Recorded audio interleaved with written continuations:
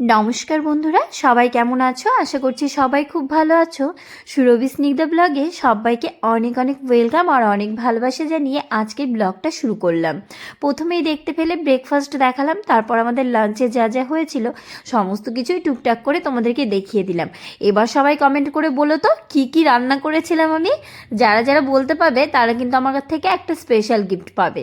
সব শেষে পুজোটাও সেরে নিলাম, আর ভিডিওটা কিন্তু অনেক দিন আগে। ওই যে আমার একটু ভিডিও এডিট করতে একটু বেশি লেজিপানা করি, সেই কারণে ভিডিও দিতে অনেক লেট হয়ে যায়। তারপর চলে এলাম সন্ধ্যার খাবার দাবারে। বুঝতে পারছো তো কত দিন আগেকার ভিডিও যে আমার কিছুই মনে নেই। এখানে ছিল সর ভাজা আর এখানে ছিল গরম গরম সিঙ্গারা। খুব খিদে পেয়েছিল, তার জন্য এই সন্ধ্যার খাবারটা আমরা কিন্তু একটু হেভি খাই, মানে রেগুলারই। তার মধ্যে এখন আবার সোজা চলে যাব পরের দিন গিয়েছিলাম ছাদে গিয়ে দেখলাম বেশ সুন্দর রোদ উঠেছে আর খুব ভালো লাগছিল। এইবার হচ্ছে এই ছাদের ভিডিও করা নিয়ে আমাকে কিন্তু আমার বাড়ির মালিক অনেক কথা শুনিয়েছে, মোটামুটি বেশ কথা শুনিয়েছে। সেই কথা অবশ্যই তোমাদের সাথে পুরোটা গল্প আমি শেয়ার করব অন্য কোনো ভিডিওতে, কেন কি বৃত্তান্ত সব কিছু। তার আগে চলে আসি, মেয়ের স্কুলে যে অ্যানুয়াল প্রোগ্রাম হয়েছিল সেই ড্রেসের যে ভিডিওগুলো করেছিলাম সেগুলো তোমাদের সাথে শেয়ারই করা হয়নি। এই দেখো, এই যে এই ড্রেসটা দিয়েছিল স্নিগ্ধার নাচের জন্য, কাপল ডান্স ছিল, সেটার হচ্ছে এই সেটটা।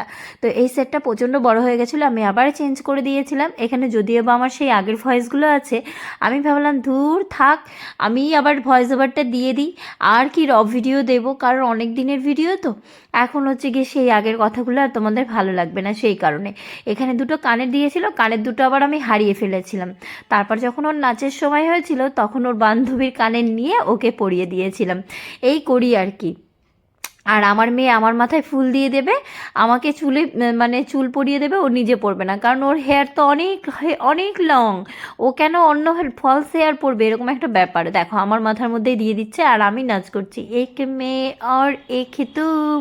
তারপর দুজনে মিলে বেরিয়ে পড়লাম, দুজনে বলতে তিনজনে মিলে বেরিয়ে পড়লাম, একটু টেলার্সের দোকানে গেলাম। এটা হলো রায়গঞ্জের সুপার মার্কেটের পূজা টেলার্স। এখানে চলে গেছিলাম একটা শালের চুড়িদার বানাতে দিতে। এটা আমার শাশুড়ি নিয়ে এসেছিলো এবার আমার জন্য। ভীষণ মানে ভালো একটা কাপড় কোয়ালিটি। কালারের কথা নিয়ে আমি কিছু বলবো না, কালারটাও খারাপ না, আমার তো বেশ ভালোই লেগেছে। আর আর চুড়িদারটা খুব সুন্দর বানিয়েছিল। তারপর সামনেই ছিল কসমেটিকের দোকান, সেখানে চলে গেলাম। একটা ভাবলাম চলো মেবলিনের কাজল নিই। এবার মেবলিনের কাজল আর পেলাম না, আর আমার খুব দরকার ছিল কাজলটা, তার জন্য একটা অন্য কোম্পানির নিয়েছিলাম, তবে ভালোই, খারাপ না। তারপরে যে তিনজনে মিলে হাঁটতে হাঁটতে রাস্তা দিয়ে যাচ্ছি, মানে সুপার মার্কেট পার করে এবার বাড়ির দিকে রওনা দিচ্ছি। না কোথায় যে যাচ্ছি আমার কিছু মনে নেই। দেখা এতদিনের ভিডিও দিতেও ভালো লাগে না, আর আমি জানি তোমাদেরও দেখতে ভালো লাগে না, কিন্তু শোনো আমার গল্প আর কি। যেতে যেতে দেখি কারো যেন বার্থডে হচ্ছিল, সেটাই আবার একটু ভিডিও করে নিলাম। কি আর করবো, আর তখন হালকা হালকা শীত পড়েছিল, তাই শালের কুর্তিটা পরেই বেরিয়ে পড়েছিলাম। বেশ ভালোই লাগছিল। আর টোটোতে উঠিনি এই কারণেই যে মেয়ের হাওয়া লেগে যেতে পারে। তারপর যেতে যেতে এই যে কাকলেটটা দেখতে পেলে আমার না খেলে একদমই ভালো লাগে না। আমার বর তো ভীষণ চপ প্রিয় মানুষ, মানে চপ ভাজাভুজি খেতে খুব ভালোবাসে। এখন ওর সাথে থাকতে থাকতে আমিও এরকম হয়েছি, সেই কারণেই আমার ভুঁড়িটা বড্ড বেড়ে চলেছে। তারপর চলে গেছিলাম সিটি স্টাইলে, সেখান থেকে নিয়ে এসেছিলাম মেয়ের জন্য এই যে এই জামা কাপড়গুলো। সেগুলোও ভিডিও করে রেখেছিলাম, কিন্তু তোমাদের সাথে শেয়ার করার মতো সময়ই হয়নি। পরে পরে এখন ছিঁড়েই গেল, তবুও দেখানো হয়নি। তাই চলো ভাবলাম ভিডিও ক্লিপসগুলো যখন আছে তোমাদের সাথে একটু শেয়ার করে ফেলি, আর তোমাদের ভালোই লাগবে। তারপর হয়তো চলে গেলাম তারপরের দিন সকালবেলা মেয়েকে নিয়ে যাচ্ছিলাম স্কুলে। সেই স্কুল ছেড়ে দিয়েছে মেয়ে মোটামুটি 1 মাস হয়ে গেল, ডিসেম্বরে ওই স্কুল ছেড়েছে। আর আজকে আমি তোমাদেরকে ভিডিওটা মানে এডিট করছি, এখন এডিট করছি ঠিকই, আজকে মোটামুটি 27 তারিখ, কিন্তু ভিডিও যেতে যেতে হয়তো হয়ে যাবে 28 তারিখ। আর আমার মতো তোমরা কে কে এরকম আছো তোমরা কিন্তু আমাকে কমেন্ট করে জানাতে একদম ভুলবে না।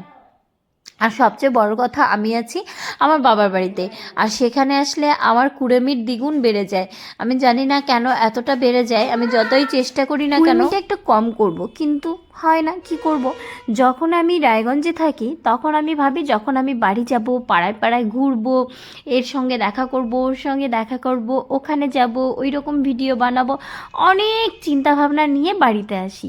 কিন্তু বাড়িতে আসার পর ল্যাথখোররা কী হয় বলো তো, মানে ল্যাথখোর বলতে আমি একটু বেশি ল্যাথখোর। আমি ওই যে খাটে উঠি, মানে খাট থেকে আমি কিছুতেই নামতে পারি না। আমার ভাই তো বলে পারলে খাটেইও পটি করে, খাটেইও শিশি করে, এরকম একটা ব্যাপার। যাই হোক, আমি যাই না, আমার এই ঘরে এলে আমার ঘর থেকে কোথাও নড়তে ইচ্ছে করে না, ইচ্ছে করে না, কোথাও যেতে ইচ্ছে করে না, ভিডিও করতে মনে হয় সারাক্ষণ বাড়িতেই থাকি আর আমার বিছানাটাইতেই আমি আমার সুখ পাই। আমি যেখানেই যাই না কেন, যত ভালো জায়গাতেই যাই না কেন, আমার কেন জানি না মনে হয় যে আমার নিজের বাড়িতে যে আমার নিজের বিছানা, সেটাই আমার সবথেকে বড় স্বর্গ। তো হয়তো সেই কারণেই ছোটোবেলা থেকেই এটা আমার আছে, সেই কারণে বিয়ে হওয়ার পরেও হয়তো এখনও সেটাই রয়ে গেছে, সেই কারণে আমি কোথাও যেতে পারি না। সেই কারণে করতে করতে কতক্ষণ কাটিয়ে দিলাম। এখানে যে কত গল্প করছিলাম, কত যে কি বলছিলাম, সমস্তটাই আমার মাথার থেকে বেরিয়ে গেছে। আর আছে ভিডিওটা আছে, দেখি তো কি বলেছিলাম, চলো তো একটু শোনা যাক। বলে নিয়ে নিজেই হাসছে, নিজেই লজ্জা পাচ্ছে। আর চলে এসেছি সেই জায়গায় যেখানে এসে প্রত্যেক দিন আমি বাধা পাবোই পাবো। তো চলো দেখাই, সেটা হচ্ছে রেলগেট। যতবার আমি এদিক দিয়ে পার হব ততবার আমি এই গেটে পড়বো। দেখো কি সুন্দর টাটকা টাটকা সবজি নিয়ে যাচ্ছে, পাড়ায় নিয়ে যাচ্ছে একদম, না? এই যে দেখতে পেলে ভিডিওতে আমি প্রচণ্ড হাসছিলাম, ভিডিওটা দেখে এটাই বুঝলাম যে আমি যখন বাড়ির থেকে বেরোচ্ছিলাম, আমার বর আর মেয়ে তো প্রথমে টোটোতে উঠে পড়েছিল, তারপর আমি কোনো একটা দোকানে কিনতে গেছিলাম। তো সেখান থেকে আসছিলাম, তো আমি ওদেরকে খুঁজে পাচ্ছিলাম না। তখন আমার বর শ্রীর মা বলে ডাকে তো সবসময় আমাকে, কিন্তু শ্রীর মা না বলে আমাকে ডাকছে মা, তো এদিকে মা এদিকে। তো সেটা নিয়ে খুব হাসছিলাম আর তোমাদের সাথেও সেটাই শেয়ার করছিলাম। তো আমি যেহেতু ভয়েস ওভার দিয়ে ফেলেছি, তার জন্য আর কাটাকাটি করলাম না। আর মা আমার জন্য পাঠিয়েছিল তিলের নাড়ু, তো আর পাঠিয়েছিল মুরকি, মোয়া, এগুলো পাঠিয়েছিল হঠাৎ করে, কারণ আমার হঠাৎ করেই খেতে ইচ্ছে করেছিল। আর মেয়ের খেতে ইচ্ছে করছিল তিলের নাড়ু, তিলের নাড়ুটা মেয়ে ভীষণ ভালোবাসে। আর এদিকে ছিল নলেন গুড়ের মিষ্টি, আমি অর্ডার করেছিলাম, সেগুলোই দিয়ে গেছিলো। তারপর হচ্ছে গিয়ে এই যে বেরিয়ে পড়েছি আমার ভাইয়ের সঙ্গে, ভাই নিয়ে এসেছিল এগুলো সব, ভাইয়ের সঙ্গে বেরিয়ে পড়েছিলাম, যাচ্ছিলাম রিহার্সেল থেকে যাব দেবের কাছে, দেবের সাথে দেখা করতে। এরকম একটা সেই দিনটা ছিল, এখন মনে পড়লো, যেহেতু ভাইয়ের সাথে যাচ্ছি তাই আমার জিনিসটা ভালোভাবে মনে পড়লো। তো চলো, আজকের ভিডিওটা তোমাদের কেমন লাগলো তোমরা কিন্তু সবাই কমেন্ট করে জানাবে। আর যারা কমেন্ট করছো না, কমেন্টের পাশে লাভ রিয়াক্ট দিচ্ছ, তাদেরকে বলবো সবাইকে একটু রিপ্লাই কমেন্ট করো, তাহলে দেখবে তোমাদের এঙ্গেজমেন্টটাও বাড়বে আর তোমাদের পরিবারে তারাও যেতে পারবে। মানে এটা হচ্ছে কি দুজনের কাছে দুজনের নোটিফিকেশনটা যাবে, তাতে তোমাদের সম্পর্কটা আরও ভালো হবে। চলো, ভালো থেকো, টাটা, দেখা হচ্ছে পরে।